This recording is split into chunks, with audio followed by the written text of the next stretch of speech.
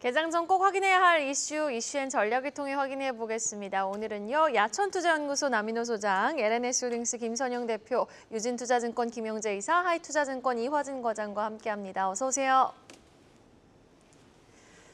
자, 첫 번째 소식입니다. 외국인 투자자들이 최근 한 달 사이 국내 증시에서 삼성그룹주를 지속 순매수하고 있는 것으로 나타났습니다. 약 4조 원에 달하는 규모인데요. 바로 내일 또 삼성전자 확정 실적 발표가 예고되어 있는 가운데 외국인들이 이렇게 꾸준히 삼성그룹주를 매수해주고 있는 배경, 남인호 소장께 들어보겠습니다. 네, 외국인 투자가들이 4조 원의 주식을 샀다, 삼성그룹주를 샀다 이거 아니겠습니까? 그런데 한 달간 외국인들이 산 순매수 금액은 2조입니다. 그 얘기 무슨 얘기입니까? 다른 주식을 매도하면서까지 삼성그룹 샀다 이거 아니겠습니까? 자, 편식은 결코 건강에 좋지 않습니다. 그러나 외국인들이 왜 이렇게 삼성그룹주를 편식하는가? 제가 세 가지로 분석해봤습니다. 그 첫째는 실적에 대한 기대입니다. 자, 삼성전자가 작년 분기 대비 몇 퍼센트 영업이익이 좋아졌습니까? 1,400% 놀라운 기록이죠. 그것뿐입니까? 삼성바이오로직스 드디어 CDMO 시장에서 세계 넘버 4가 됐습니다. 다음에 삼성중공업 어떻습니까? 5년간의 장기적인 적자에서 드디어는 금년부터는 영업 흑자로 전환되고 오히려 이제는 굉장히 좋은 실적이 기대가 됩니다. 지금 보시는 대로 넘버 1부터 5까지가 모두 삼성전자 바이오로직스 중공업 전기입니다.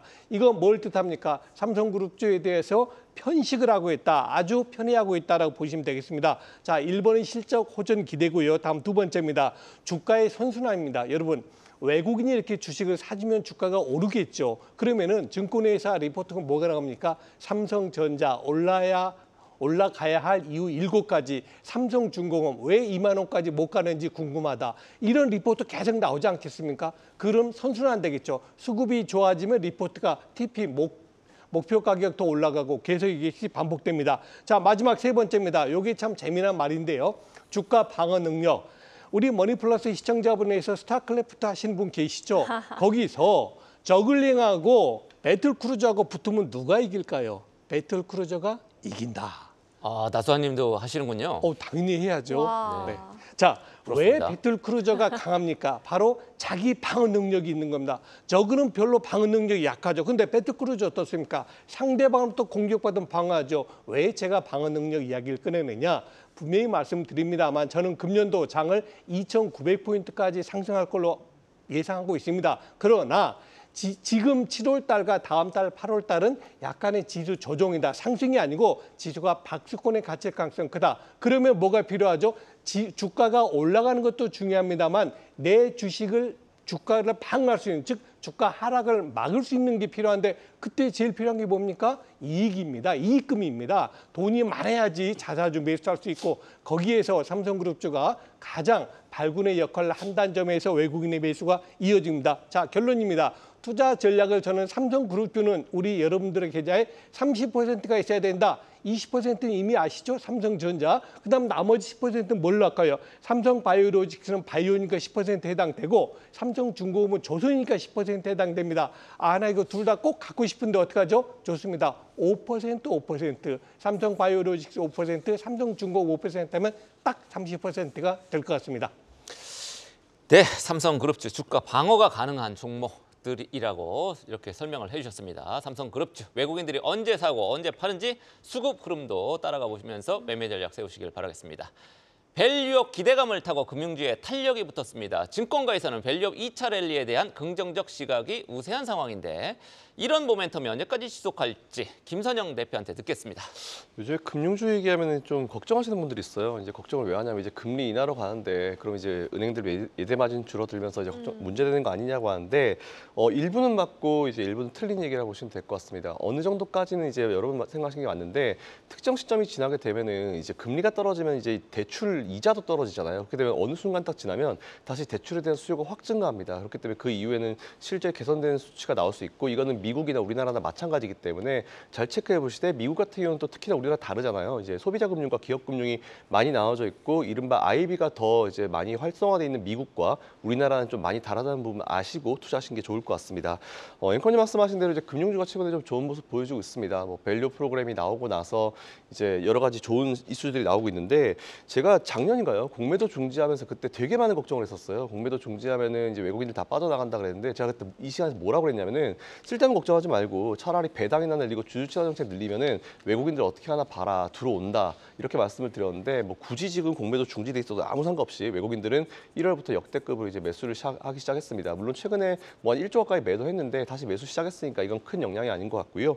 제가 며칠 전에 말씀드렸지만 외국인들 지금 우리나라 시장에서 수급 기세를 잡았습니다. 그렇기 때문에 이 기세를 쉽게 놓치지 않을 거기 때문에 지금부터는 외국인들 위주로 시장이 굴러갈 것 같습니다.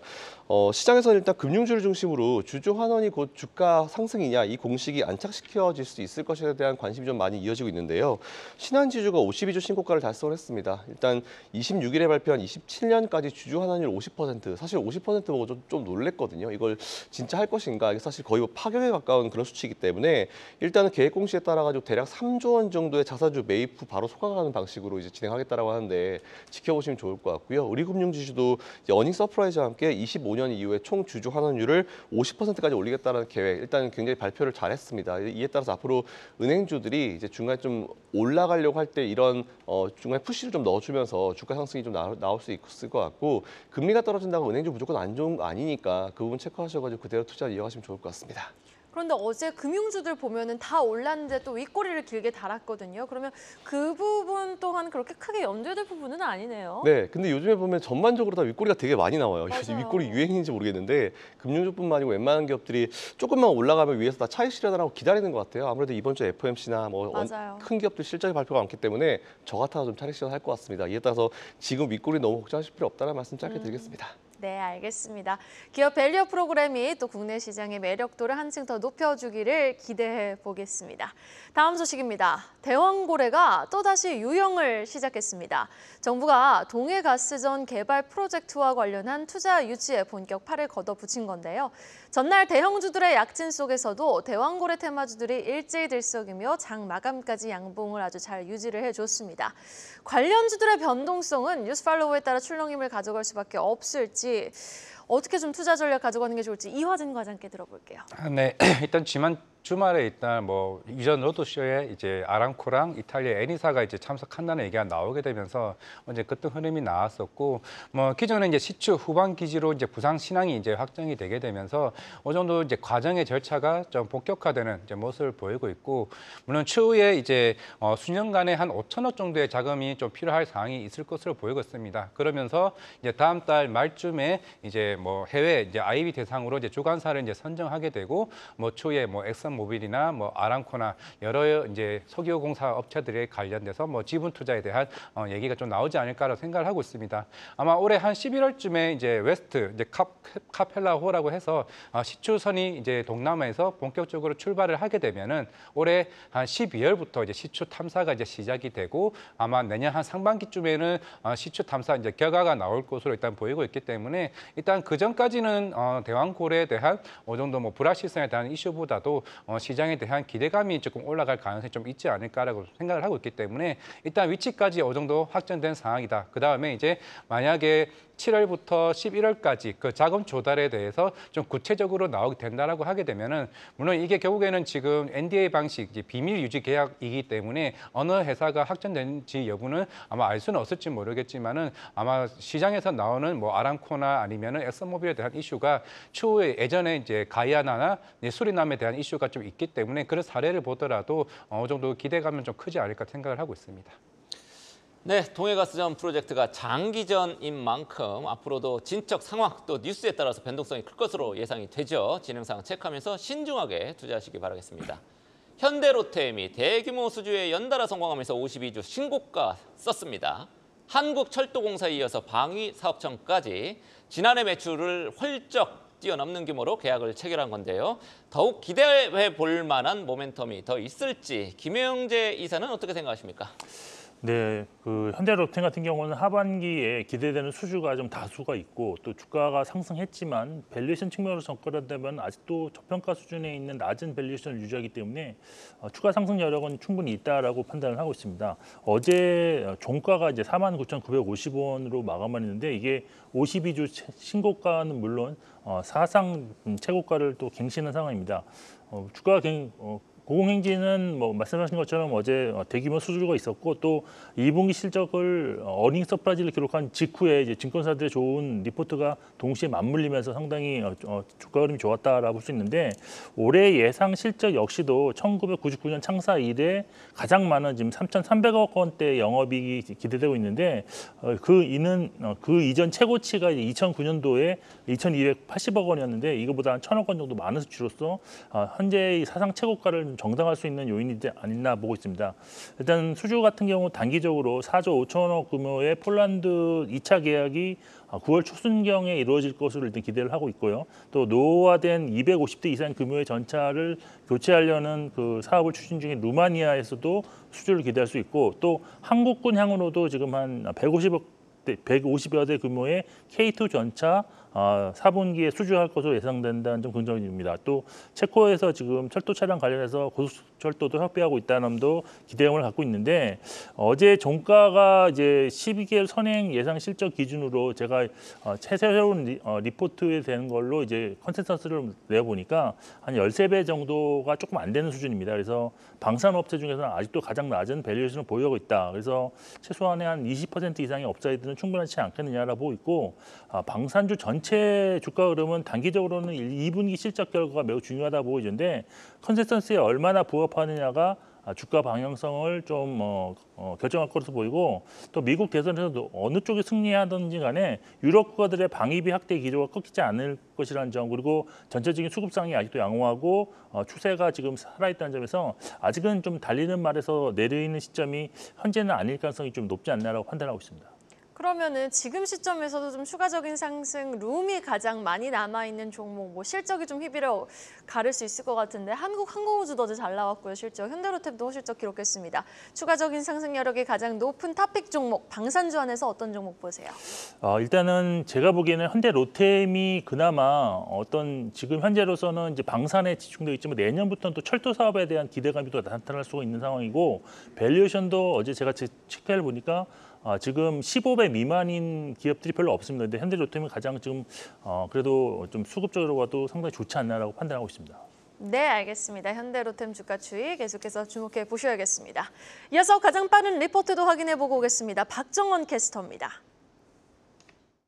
오늘 아침에 나온 리포트 정리해드리는 가장 빠른 리포트앤 공시 시간입니다. 증권사들이 이른 시간부터 리포트들을 쏟아낸 가운데 오늘은 목표가 하향 조정 리포트가 특히나 많았고요. 상향 조정 리포트로는 앞서서 언급해주신 항공우주에 대한 리포트가 3개, 또 어제 이어서 현대로템에 대한 보고서도 발간됐습니다.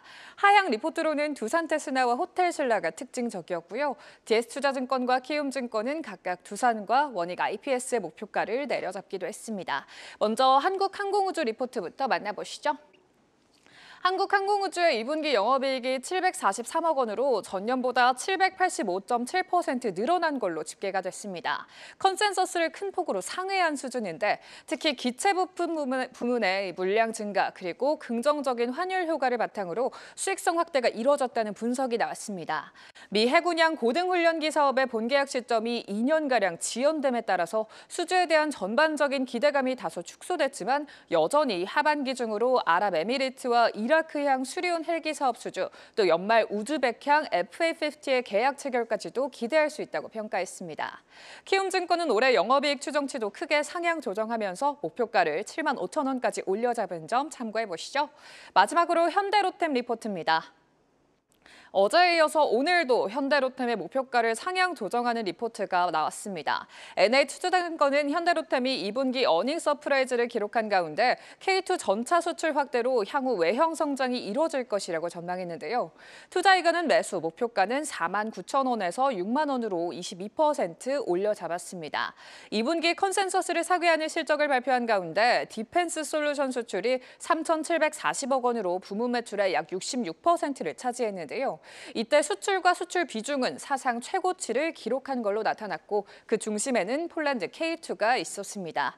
이 폴란드 K2 전차 2차 계약은 180대 약 7조 원 규모로 예상되는데 이르면 9월, 늦어도 연내에는 체결될 것이 기대되고 있습니다. 지금까지 가장 빠른 리포트 앤 공시 박자건이었습니다. 바로 다음 소식 만나보시죠. 최근 국내 증시에서 연일 순매도세를 보였던 외국인들이 어제는 또 결을 달리했죠. 4,400억 원어치의 매수 우위를 거래소에서 기록해주며 지수 상승을 또 견인해줬습니다. 어제는 뭐 사실 외국인뿐 아니라 기관까지 양시장 외국인 기관의 동반 매수가 들어왔던 하루였는데 국내 증시에서 새 주도주 찾기에 나선 외국인 투자자들 과연 어떤 종목에 주목했는지 남인호 소장께 들어볼게요. 네, 아무래도 우리나라 투자 주체 외국인 기관 개인 중에서 그래도 가장 수익을 많이 번 투자 주체는 외국인으로 우리가 많이 평가하고 있지 않습니까? 그들 외국인들이 어떻게 해서 돈을 벌었는가 한번 보시죠.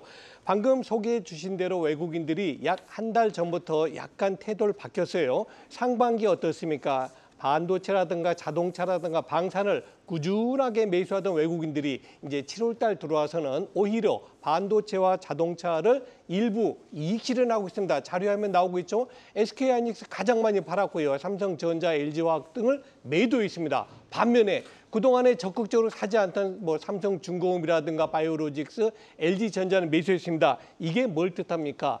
제가 이런 말씀 드리겠습니다. 상대하계. 상승할 때는 대형주 중심으로 매매를 하셔야 되고 하락 혹은 박스권에 있을 때는 개별 종목, 모멘텀 중심으로 매매하셔야 된다. 이 말씀을 드리는 겁니다. 외국인들이 상반기에 반도체하고 자동차 샀다고 하반기에도 반도체, 자동차 사느냐? 그렇지 않을 겁니다. 외국인들이 지금 개별 종목을 약간 변화시킨 이유를 한번 말씀드리겠습니다. 첫 번째가 반도체라든가 자동차는 이미 가격 부담이 왔다는 걸 말씀드리겠고요. 다음 두 번째가 금융주하고 조선하고 바이오 요즘 열심히 사고 있죠.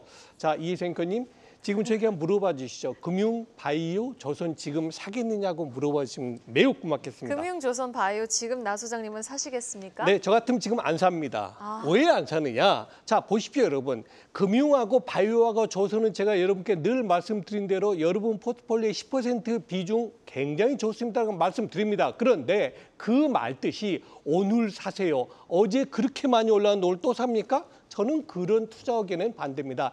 이미 내 포트에는 제가 늘 말씀드리면 현금 30%, 반도체 30%, 자동차 20%, 80%가 이미 채워져 있어요. 그럼 나머지 20에서 어떻게 이걸 다 삽니까? 그렇기 때문에 늘 말씀드리지만 지금 소개해드린 금융이라든가 조선, 바이오를 오늘 사시라는 뜻이 아니고 저는 8월 달까지는 지수가 박스에 갇힐 걸로 봅니다. 2,900 쉽게 못 넘을 겁니다. 어쩌면 2,896이 우리 증시에서 상당 기간 고점이 될 가능성이 높거든요. 미국처럼. 그래서 저는 금융, 바이오, 조선도 너무 서둘러 사시지 말고 여러분 포트에서 각각 5%씩 조정이 나온 이후에 매수하십시오라고 권해드리겠습니다.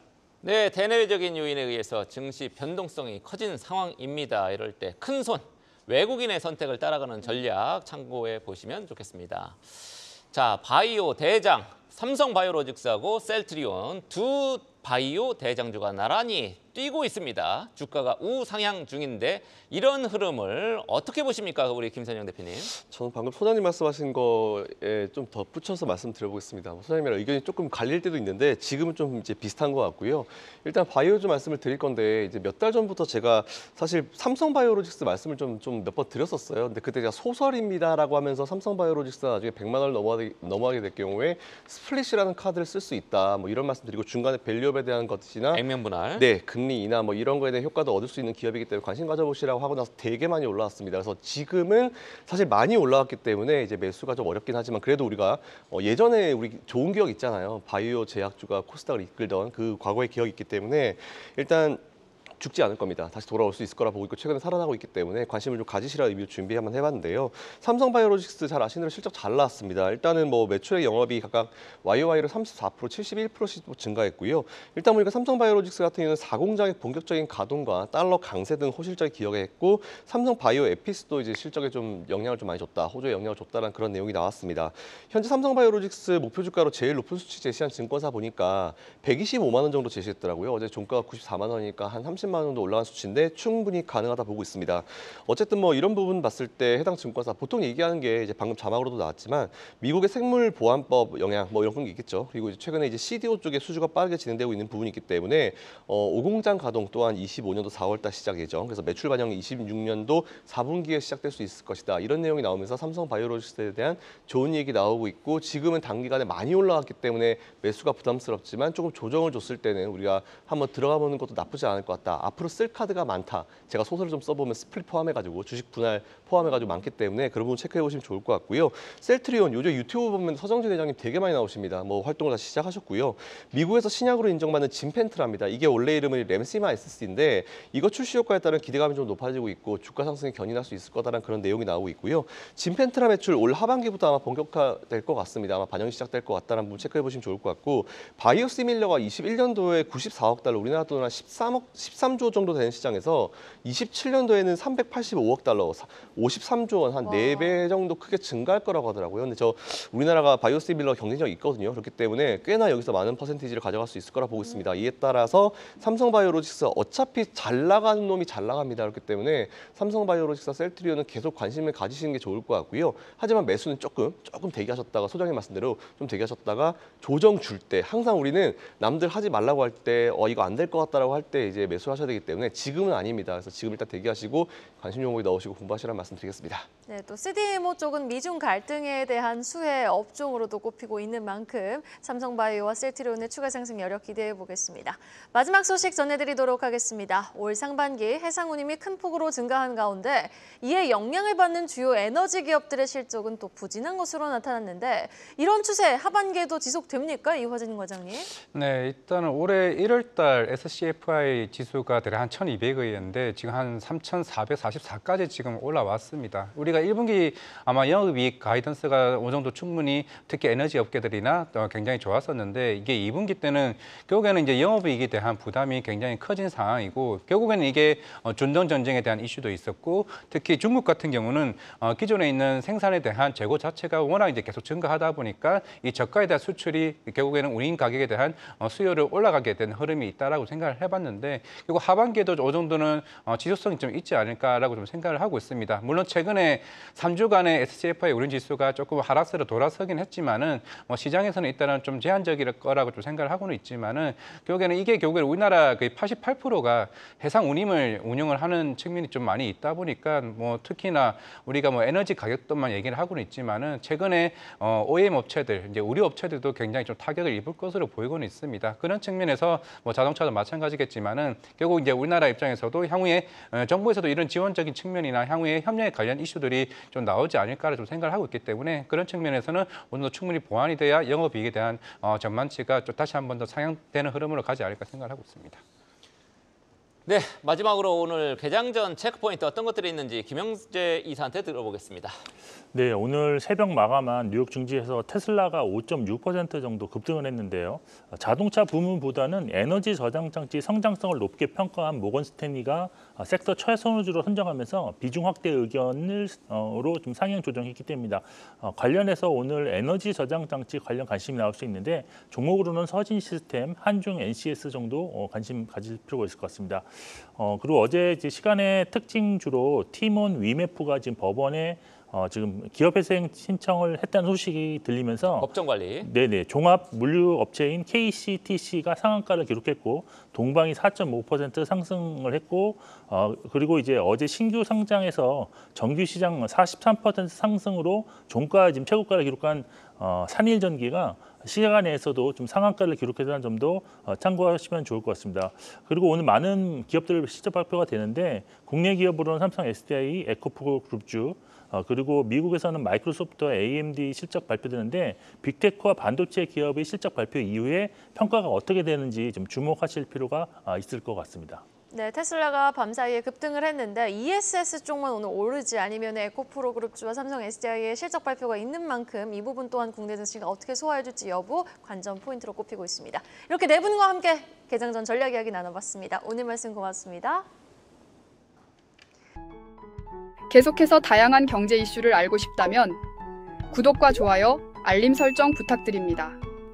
AI 캐스터 권미정이었습니다.